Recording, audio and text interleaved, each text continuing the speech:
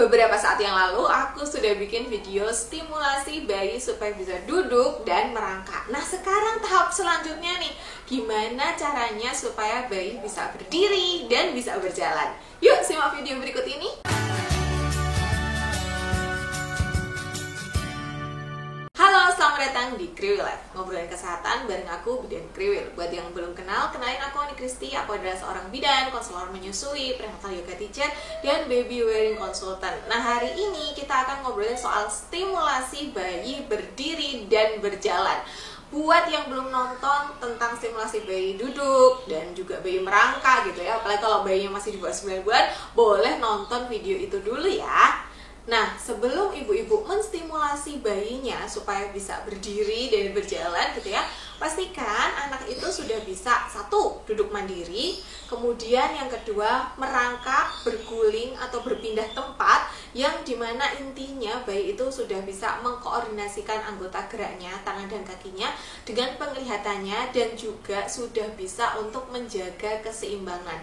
Jadi bayi bisa duduk mandiri itu wajib ya sebelum ngajarin bayinya untuk berdiri dan terutama untuk berjalan. Jadi memang kita tahu kalau perkembangan bayi itu ada step-stepnya, bertahap, nggak boleh dilopati. Jadi kalau bayinya belum bisa menjaga keseimbangan tubuhnya, ya jangan diajarin untuk berjalan terlebih dahulu. Nah, pada umumnya bayi itu bisa mulai belajar berjalan pada usia 9 bulan. Jadi pada usia 9-10 bulan, bayi itu mulai mengangkat dirinya dari posisi duduk ke berdiri gitu ya. Atau kalau orang Jawa bilang mulai belajar rambatan gitu. Nah, di usia 10-11 dia mulai belajar untuk menekuk lututnya dan bergeser atau berpindah tempat dari satu tempat ke tempat lainnya, tapi masih sambil pegangan ke suatu tempat gitu. Misalnya di sofa atau di pinggiran tempat tidur atau di dinding. Nah, red flagnya kalau sampai usia 18 bulan bayi itu belum bisa berjalan sendiri, maka ibu-ibu sebaiknya memeriksakan anaknya ke dokter anak, karena pada usia 18 bulan itu seharusnya anak sudah bisa berjalan. Lantas bagaimana cara kita menstimulasi supaya anak itu bisa berdiri? Jadi pertama kita ajarin dia berdiri terlebih dahulu, baru diajarin berjalan. Jangan di skip belajar berdirinya ya gitu. Jadi jangan menggunakan baby walker atau gledekan, karena baby walker atau gledekan itu anak belum bisa berdiri, belum belajar keseimbangan, udah mau nggak mau dipaksa untuk belajar jalan dengan si gledekan atau baby walker. Dan baby walker itu memang sudah tidak direkomendasikan lagi. Aku ada videonya, nanti ibu-ibu bisa nonton ya, linknya aku taruh di atas sini. Nah yang pertama adalah ketika mangku adiknya itu ibu-ibu bisa mengangkat bayi seperti ini, dipegangin di area bawah ketiaknya seperti ini. Nah biasanya bayi itu senang dalam posisi seperti ini. Jadi kadang-kadang dia akan loncat-loncat atau akan ke depan, ke belakang gitu. Jadi pertama simulasi berdirinya bisa ketika di bangku seperti ini. Nah kemudian yang kedua, ibu bisa meletakkan bayi itu duduk gitu ya di sofa seperti ini, atau misalnya di baby crib gitu. Nah biasanya ketika dia itu aktif, maka dia akan seneng gitu, kayak belajar berdiri sendiri, kayak rambatan sendiri gitu. Tetapi tentu saja ketika bayi belajar untuk mengangkat tubuhnya seperti ini, ibu tetap harus mendampingi. Jadi ibu tetap harus di sampingnya untuk memegang gitu. Jadi jangan ditinggal sendirian gitu ya.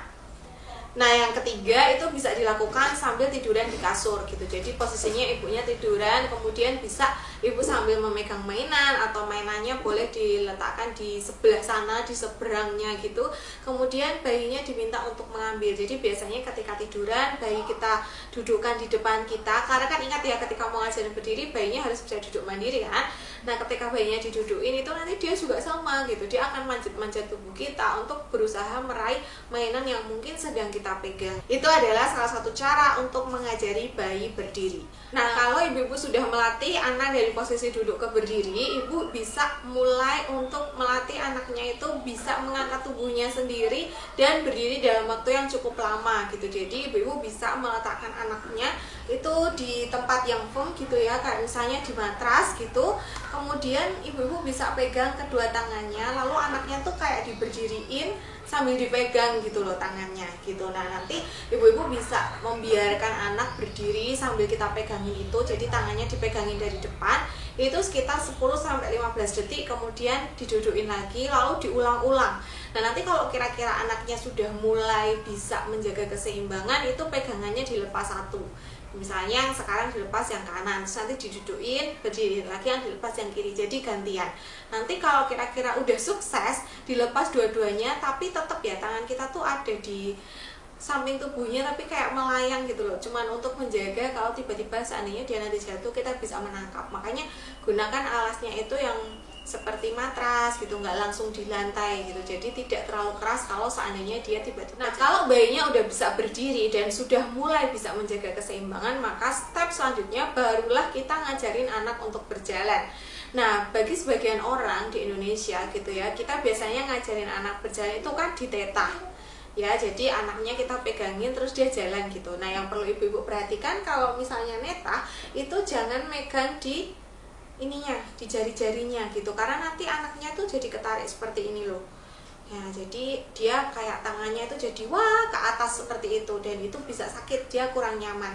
Tetapi megangnya bisa di area lengan atau di bawah ketiak ya. Memang nanti akhirnya yang netah atau orang yang megangin anaknya itu jadi boyon gitu ya, jadi cepet capek, cepet pegel, tapi dari sisi anak itu nyaman. Jadi mungkin ibu-ibu tuh jalannya itu bisa sambil sedikit berjongkok gitu ya, biar kalau bungkuk kan pasti sakit punggungnya, bisa sambil jongkok. Karena kalau kita berdiri terus tangan anak kita yang dikeatasin, nah itu anaknya nggak nyaman gitu, nanti malah bisa cedera pada bahunya. Jadi yang dipegangin adalah di bawah ketiaknya sini atau di bahunya sini, jangan anaknya di seperti ini kan gitu. Kalau misalnya ibu-ibu mau pakai alat, boleh pakai push walker, bukan baby walker ya, tapi push walker yang memang tidak mudah didorong. Jadi justru alatnya tuh jangan yang rodanya terlalu licin gitu, jadi anak harus dorongnya pelan-pelan gitu. Atau kalau misalnya ibu-ibu punya halaman yang luas, itu bisa bikin alat seperti ini yang aku taruh di sini.